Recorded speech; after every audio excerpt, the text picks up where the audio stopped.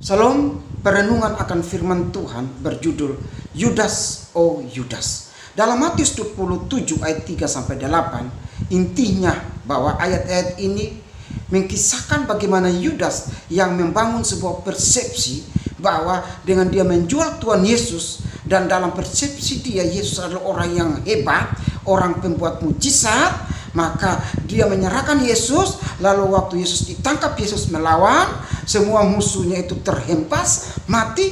Yesus jadi raja, dia dapat uang, juga dia dapat kedudukan. Inilah yang dibangun oleh Yudas. Sehingga dalam ayat-ayat yang kita baca dalam Matius pasal yang ke-27 itu ayat 3 sampai 8, bahwa dia menyesal setelah dia tahu bahwa Yesus tidak berbuat apa-apa. Yesus ditangkap, Yesus tidak melawan. Sehingga dia membuang uang itu, dan oleh imam-imam mengambilnya dan membeli sebuah tanah yang disebut dengan tanah tukang priuk. Nah, saudaraku, Yudas, oh Yudas, apa yang kita dapat di sini? Ada dua kebenaran. Yang pertama, kejahatan hanya membuahkan kejahatan. Dalam ayat yang ketiga dikatakan di situ bahwa Yudas pergi menggantung diri, dan Yudas membeli sebidang tanah dan dinamakan tanah tukang priuk. Sedangkan dalam konteks Kisah Para Rasul pasal 1 ayat 16 sampai 19 dikatakan bahwa Yudas membeli sebidang tanah, lalu tanah itu disebut dengan tanah hakal dama atau tanah darah. Dan saudara-saudara, sampai hari ini tanah yang dibeli oleh Yudas dan menggantung diri tidak dibeli oleh siapapun. Tanah itu masih ada sampai sekarang, dan orang sehebat sekaya apapun di Israel tidak membeli tanah itu.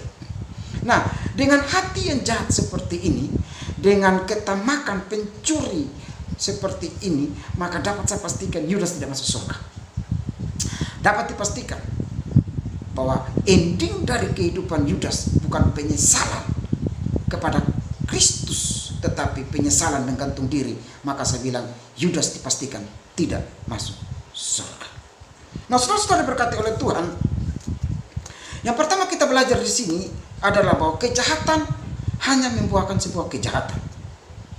Artinya bahwa ending daripada akhir hidup Yudas itu tidak mengenakan.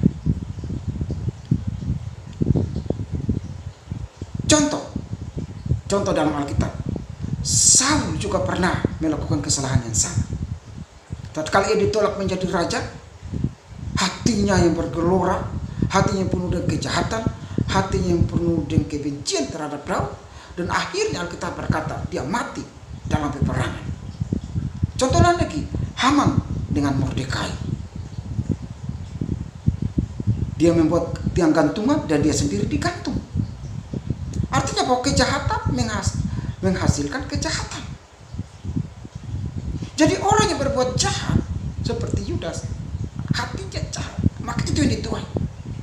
Orang yang meninggalkan Tuhan, orang yang meninggalkan iman kepada Kristus akan menuai kejahatannya. Yeremia 2 ayat 19 berkata, kejahatanmu akan menghajar engkau, dan kemurtadanmu akan menyiksa engkau. Ketahuilah dan lihatlah betapa jahat dan pedihnya engkau meninggalkan Tuhan Allahmu dan tidak gemetar terhadap aku. Demikianlah firman Tuhan Allah semesta alam.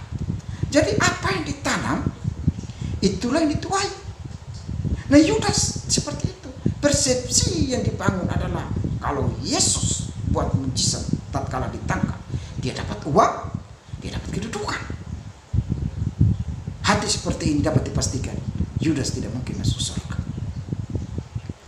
Yang kedua, Yudas, oh Yudas, penyesalan Yudas tidak memperbaiki dosanya.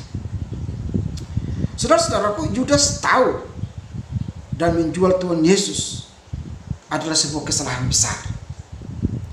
Namun ia tidak mempunyai jalan keluar yang baik. Endingnya tidak bagus. Buktinya ia gantung diri. Nah, Yudas di sini hanya menyesal. Feel sorry, awakening. Tapi dia tidak repentance, bertobat. Beda. Artinya bahwa Yudas hanya sebatas menyesal, dan endingnya adalah gantung diri. Jadi Apa yang dilakukan Yudas itu saya ibaratkan dengan misalnya seorang mencuri lalu ditangkap. Dia akan berteriak, tobat, tobat, tobat. Tetapi tobatnya dia itu hanya sebuah penyesalan supaya dia tidak dihukum, tidak dihakimi masa. Beda dengan waktu kita terima Yesus dan kita bertobat, artinya kita repentance, bertobat kepada siapa? Kepada Yesus. Jadi ada arah, ada tujuan daripada perkataan seruan kita bertobat, yaitu kepada Yesus. Nah, ending daripada apa yang dilakukan oleh Yudas adalah gantung diri, bukan kepada penyesalan pertobatan repentance, yaitu kepada Tuhan.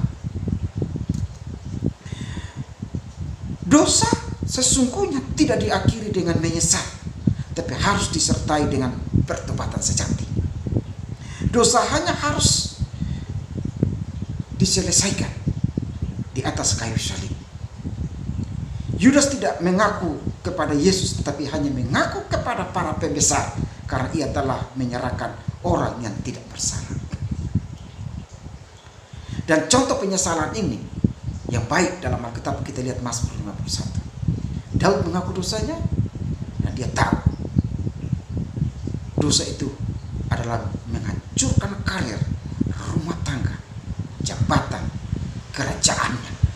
Sehingga dalam Mazmur 51 ayat 4-7, Daud secara gamblang dalam kerendahan hati mengaku dosanya. Nah, artinya bahwa penyesalan dan pertobatan itu tidak seperti Yudas. Contoh lain lagi kita lihat dalam konteks para murid ke-12 rasul. Petrus orang yang juga bersalah. Dia menyangkal Yesus dengan pertanyaan seorang perempuan. Tetapi kita lihat di sini ending dari kehidupan Petrus yang dalam sebuah tradisi yang memang tidak ditulis Alkitab, tapi disebut dengan tradisi Quo Vadis, yang berarti kemana engkau pergi. Petrus lari, lalu di tengah jalan dia berjumpa dengan Yesus dalam kemuliaan. Yesus bertanya, mau kemana? Dari pertanyaan itulah Petrus sadar bahwa dia harus kembali ke Roma, menanggung penderitaan karena imannya kepada Kristus.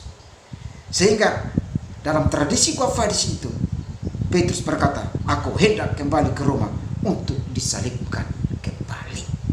Venio Roman iterum crucifigi. Dan Petrus berkata, kalau guruku disalibkan kepala ke atas, aku disalibkan kepala ke bawah. Nah, ini disebut dengan penyesalan. Dan Petrus melakukan itu sampai matinya kepalanya tergantung ke bawah. Nah, saudara-saudara, selain itu kita lihat bahwa Yudas memahami Yesus dalam Matius 24 ayat 49 hanya sebatas guru. Lalu Yudas mencium Yesus dan berkata, salam hai Rabi. Nah, artinya bahwa Yudas sampai akhir hidupnya melihat Yesus itu hanya Rabi, guru, teacher. Beda dengan Petrus. Kalau Petrus melihat Yesus sebagai Kristus, penyelamat yang diurapi. Nah, sifat seperti inilah dapat dipastikan Yudas tidak masuk surga. Yudas tidak masuk surga karena penyesalannya cuma hanya feel sorry, awakening, dibangunkan rohnya saja, kesadarannya saja, tapi dia tidak repentance, dia tidak born again, lahir baru. Kejahatan hanya membuahkan kejahatan. Dan penyesalan seperti Yudas itu bukan penyesalan karena pertobatan, tapi penyesalan yang benar adalah seperti Petrus. Yudas, oh Yudas, yang kita sayangkan adalah sesungguhnya tidak ada dosa yang tidak dapat diampuni oleh Tuhan jika kita datang kepada salib. Mari kita menata diri kita secara api dan bijaksana. Jangan seperti Yudas yang dalam kesempurnaannya melihat mujizat yang dibuat oleh Yesus secara penuh. Yesus membangkitkan orang mati, dia lihat. Yesus berjalan di atas air, dia lihat. Yesus memberi makan 5.000 orang, dia lihat. Tetapi akhirnya dia menjual Yesus. Dan dengan kelakuan ini, dengan perbuatan ini, dipastikan dia tidak masuk surga. Tatalah dirimu biar sampai akhir hidup kita tetap percaya Dia Tuhan dan Juru Selamat.